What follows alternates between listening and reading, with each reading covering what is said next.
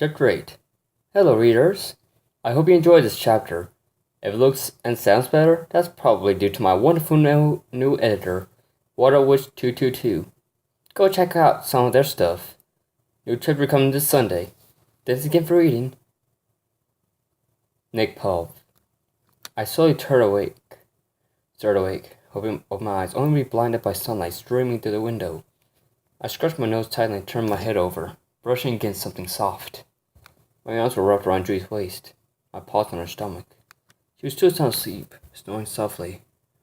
I nuzzled the back of her head with my chin, kissing her tenderly. She let herself groan, starting to waken herself. Her ears started twitching, brushing against my cheeks. She soon flipped over, her nose pressed against mine. I smiled, staring at her piercing purple eyes, still drowsy from sleep. Hey, Garrett, I smiled lovingly and gave her a peck on the lips. Hi, Nikki, she said back with a sleepy smile of her own. Suddenly, I heard a knock on the door. My ears dropped. What if someone had to come to the door now? Judy sighed and started to get up, but I put her back. If it's important, they'll come back. She smiled, clearly not wanting to get up either. The knock came again. I'll be quick. I'm sure it's just someone trying to sell something. I grimaced, not wanting her to leave my side. After she walked out the bedroom door, I heard her shuffling towards the front door, opening it after a few moments. The door creaked open, and I heard Judy gasp. Judy puff. I begrudgingly left my bed and Nick, dragging my feet towards my front door. Once the door, I opened it with one paw, while rubbing the sleep out of my eyes with the other. I looked at my visitors. I gasped, not expecting to see the two-faced being back at me. Mom, Dad, I said enthusiastically, hoping Nick would hear me. I still hadn't told him about Nick and I, and if they found him here, especially my bed, well, I probably wouldn't be in Zootopia for much longer. Not to mention I definitely wouldn't be allowed within a mile radius of Nick. Judy! My dad pulled me into a bear hug, lifted me up off the ground. I could feel the embrace knocking all the air out of my lungs. I wheezed, trying to get air into my chest. Hi, Dad, I managed to squeak. Hard to breathe. Oh, sorry, he said apologetically, releasing me. I gasped for air, trying to regain my composure. Got a little carried away there, he said with a nervous laugh. I stepped back, turning to my mom. Hi, Mom, I smiled, pulling her into a hug, trying to buy time for Nick to figure something out. Hi, sweetie, she said, playing a kiss on my forehead. I let go, trying to figure out what to do. Come in. I opened the door wider and allowed my parents in. Love the place, Judes, my mom exclaimed. I smiled nervously, nodding. Sorry it's a bit messy, I just woke up, I said, trying to excuse the mess of food rubber snake left everywhere. So what brings you guys here? We wanted to see you and see how much you were doing. We missed you so much back at the burrow, my dad said as he flopped in a chair. We thought it'd be a nice surprise for you, my mom added. I sat down on my couch. My mother joined me. She took my paw in hers. So, how's the job treating you? She asked. Good. Great, actually. I love it so far. It's exactly what I had dreamed about, I answered enthusiastically. My parents smiled back at me. That's wonderful, dear. Have you had any accidents? Nope, it's not that dangerous, I lied. I hadn't told my parents about getting shot. If they knew, they would absolutely flip at the moment that I returned home. That's good. Besides, they wouldn't put a little boy like you in too much danger, I suppose, my dad stated as he rose from the armchair. I laughed uncomfortably. Heard that all my father saw in me was a fragile bunny. Do you have a bathroom?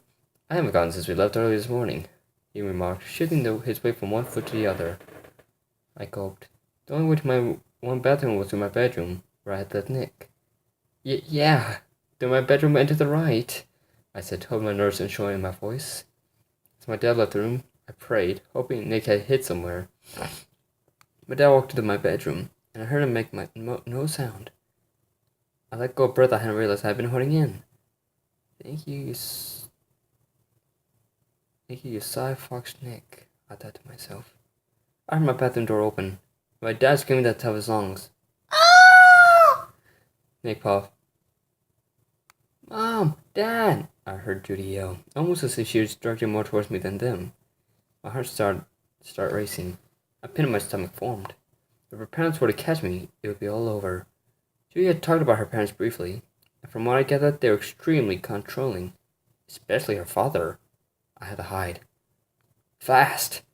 I got out of her bed silently, looking around, trying to figure out what to do. The window? That was out of the question. We were on the 27th floor, and our parents would hear the window open for sure. Under the bed? I leaned down, seeing the space between the floor and her bed was big enough for me to fit under. Nope, her bed was too close to the floor. There was no way I was fitting on it there. I looked up to her bathroom. Not exactly the most glamorous hiding spot, but it's better than most places I've hidden in. I stuck over the door, trying to avoid making the floor squeak. Come in, I heard Judy say. Sound footsteps shuffling inside her before the front door squeaked closed. I entered the bathroom and slowly closed the door behind me, trying to make as little noise as possible. Once the door was secure, I was in pitch black. I stood still, not wanting to move and risk knocking something over. I could hear Jody talking to her parents outside, loud enough to hear, but not loud enough to make out what they were saying. Suddenly I could hear the padding of paws outside the door. I fell towards the bathroom. I froze stiff. Before I knew it, Joey's dad was standing in front of me, eyes wide in complete shock. There was one moment he landed an ear-splitting scream. Judy! There's a fox in your bathroom! He shouted in fear, not taking his eyes off of me for even a second. I laughed nervously. Hello, Mr. Hobbs, I tried, extending my paw towards him. He looked at me in bewilderment as Judy appeared behind him, eyes wide in fear. But for different reason. Judy, do you know this thing? Judy tried to speak, but all that came out was a series of squeaks. Judy? Dad, I can explain. Just let him out the bathroom, she finally managed to say. Judy's dad took about 10 steps back, allowing me ample time to exit the bathroom. I looked nervously at Judy, who hadn't moved at all. I glanced up to her bedroom door finding her mother staying in it. I was in shock. Well, explain yourself! What is this vermin doing in your apartment? He shouted, his voice dripping with both fear and anger. I winced at the word vermin, a word I was used to being called.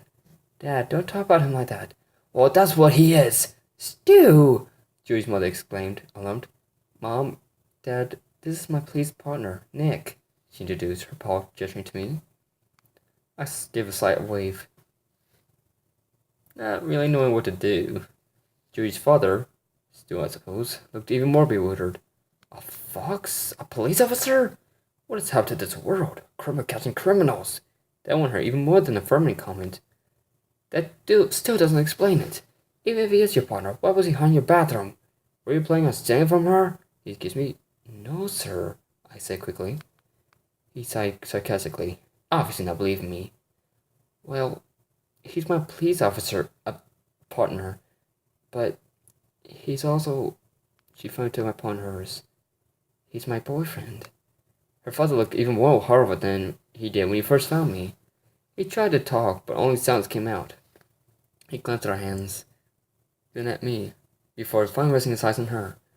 Boyfriend! He thundered, completely bewildered. He's a fox, Judy! You've seen what they've done to our kind! How could you even be associated with him? Dad, he's not like that! Judy spat back, her voice both fearful and angry as her hand tied around mine. Oh, sure, he's not now! But just you wait. When he's drawing you in close, finally getting you to trust him, that's when it's all be over! He yelled, chest heaving. I looked down at Judy. She was staring in complete shock at her father, trying to cry. How could you say that? You don't even know him. No, but I know his kind. How much different could he be? He now directed his stare at me, furious. I felt a teardrop from my eye. Judy was sobbing now, starting to break down. I saw her mother look at her, sifting in her eyes. And you fox! You stay away from my daughter, you hear me? She is obviously confused. I expect you to take advantage of that, Drinking at her while she's weak. Judy, I thought you were smarter than this. She's right, Stu. Flint interrupted, causing all of us to stare at the owner. Judy's father looked at his wife, shocked. You're taking their side? She nodded. Judy's sobbing calmed a bit as she looked up at her mother. Her paw was still clasping mine, shaking like a leaf. She's right. We don't know this. Nick, at least give him a chance, honey. Stu's expression remained unchanged. He stuttered, incapable of finding words now that they realized there was no one to back him up.